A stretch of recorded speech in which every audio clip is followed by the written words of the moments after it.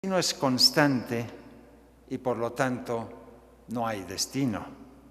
Por ello es importante, decía Benjamin, separar claramente carácter y destino. El primero, decía Benjamin, pertenece a la comedia y el segundo a la tragedia. Cuando México tuvo carácter,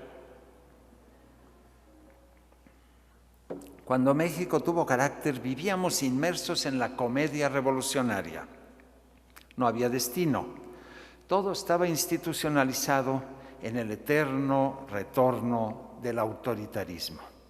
Y ahora, con la democracia, tenemos un destino, pero vivimos sin conocer el final de la obra. En la época de la comedia revolucionaria, dominaba el carácter autoritario de una identidad nacional permanente. Con la llegada de la tragedia democrática aparece una multitud de caracteres contradictorios y cambiantes, pero nadie sabe en qué terminará el barullo político y muchos temen que no habrá happy end. Me parece que los mexicanos han ido paulatinamente abandonando el carácter nacional que la comedia política les había asignado. Desde que escribí La jaula de la melancolía, pensé que la crisis del patrioterismo arcaico tarde o temprano provocaría el final del autoritarismo y el advenimiento de la democracia política. Ello efectivamente ocurrió más tarde que temprano, y ahora México se encuentra en una incómoda situación en la cual la legitimidad del gobierno ya no se basa en la vieja tradición nacionalista, pero todavía no se consolida una nueva cultura cívica democrática que estabilice al sistema. Por ello, el futuro nos proyecta largas e inquietantes sombras. Me pregunto, ¿qué alternativas de izquierda podemos encontrar ante esta situación crítica? Desde luego, tenemos las viejas recetas, comenzando por las más visibles en el horizonte político latinoamericano: el populismo y el proteccionismo estatista. Estas alternativas lanzan siluetas sombrías desde el pasado y amenazan con sus peligros al futuro inmediato. Son las sombras de Hugo Chávez y sus socios en la opaca empresa socialista bolivariana. Aunque tienen la bendición de Fidel Castro, esta nueva edición del populismo no está intentando implantar el modelo cubano, que es uno de los pocos vestigios que quedan del socialismo dictatorial del siglo pasado. Se trata más bien de un estatismo autoritario vagamente anticapitalista que intenta fortalecer gobiernos reguladores e interventores, con una estridente pero ineficaz vociferación antiimperialista y nacionalista.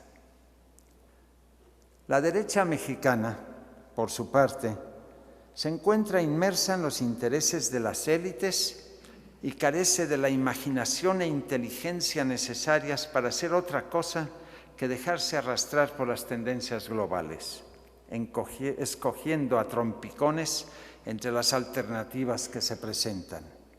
En lo que sí la derecha persiste con machacona insistencia es en denunciar los males de una creciente crisis moral. Esta crisis se revelaría en el menosprecio a la autoridad de leyes éticas de validez absoluta, inspiradas en valores católicos considerados inamovibles. La señal más evidente de la crisis moral que alarma a la derecha sería la disfunción o fragmentación de la familia como núcleo aglutinador de la sociedad, lo que ocasiona la masiva proliferación del crimen, del crimen, del narcotráfico y de la violencia. A partir de esta tesis se desprende el ideario conservador que quiere limitar la educación laica y rechaza los anticonceptivos, la despenalización del aborto y las uniones de personas del mismo sexo. La derecha con frecuencia establece una relación causal entre la erosión de valores éticos y la disolución del carácter nacional, ya que supuestamente la moral católica está profundamente enraizada en una identidad mexicana esencial. Otra gran sombra que se proyecta sobre la sociedad mexicana es la de un retorno al poder de los herederos del antiguo régimen autoritario. Estos herederos están en todos los partidos e incrustados profundamente en la cultura política. El PRI es visto como una alternativa para los sectores sociales cautivados por el populismo, pero desencantados de una izquierda perdida en sus guerras intestinas y su corrupción. También es visto como una tabla de salvación por los grupos empresariales y financieros que se encuentran desorientados en el laberinto de la nueva democracia.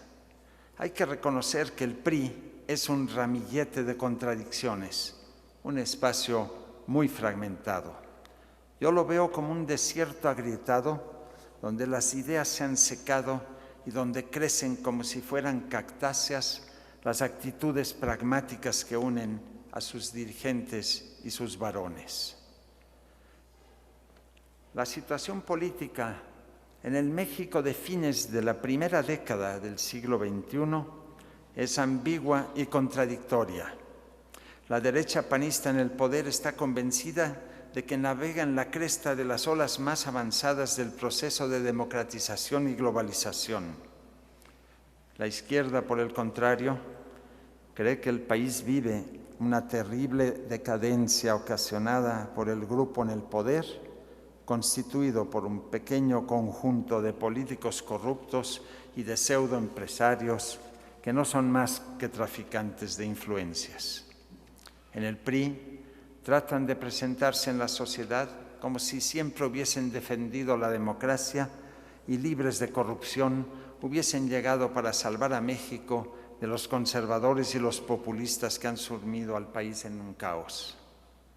En los huecos que separan a los tres grandes partidos habita una runfla de partidos parasitarios cuyo oportunismo solo es superado por su incoherencia y su corrupción.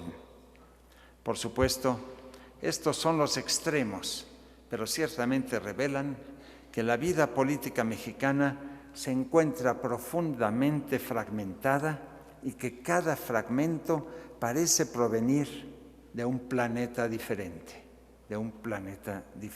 digo yo. Creo que esta peculiar situación puede definirse con la fórmula que el sociólogo argentino Gino Germani usó para referirse al peronismo y a otros fenómenos populistas en América Latina. Germani decía que esas peculiares situaciones políticas provenían de la llamaba singularidad de lo no contemporáneo, es decir, del abigarrado conjunto de situaciones incongruentes que proceden de épocas diferentes. Sin duda retomó la expresión de Ernst Bloch. Ernst Bloch hizo famosa esta caracterización al hablar de la Alemania de la época del nazismo y habló de, lo cito, la simultaneidad de lo no contemporáneo. Bloch usó esta expresión en un libro titulado La herencia de nuestro tiempo, publicado en el mismo año que el libro de Huizinga en 1935. Entre paréntesis, no quisiera dejar de recordar que en los años 30 Bloch hizo públicamente apologías de Stalin y justificó abiertamente los famosos y siniestros juicios que condenaron a tantos comunistas a la muerte en aquella época. Pero ello no debe impedirnos ver que la expresión de Bloch refleja tensiones importantes que inquietaron a los intelectuales y políticos de su tiempo y que nos siguen inquietando hoy. Ernst Bloch dijo en su libro que la izquierda en Alemania se había equivocado al condenar a los grupos sociales no contemporáneos, les llamaba,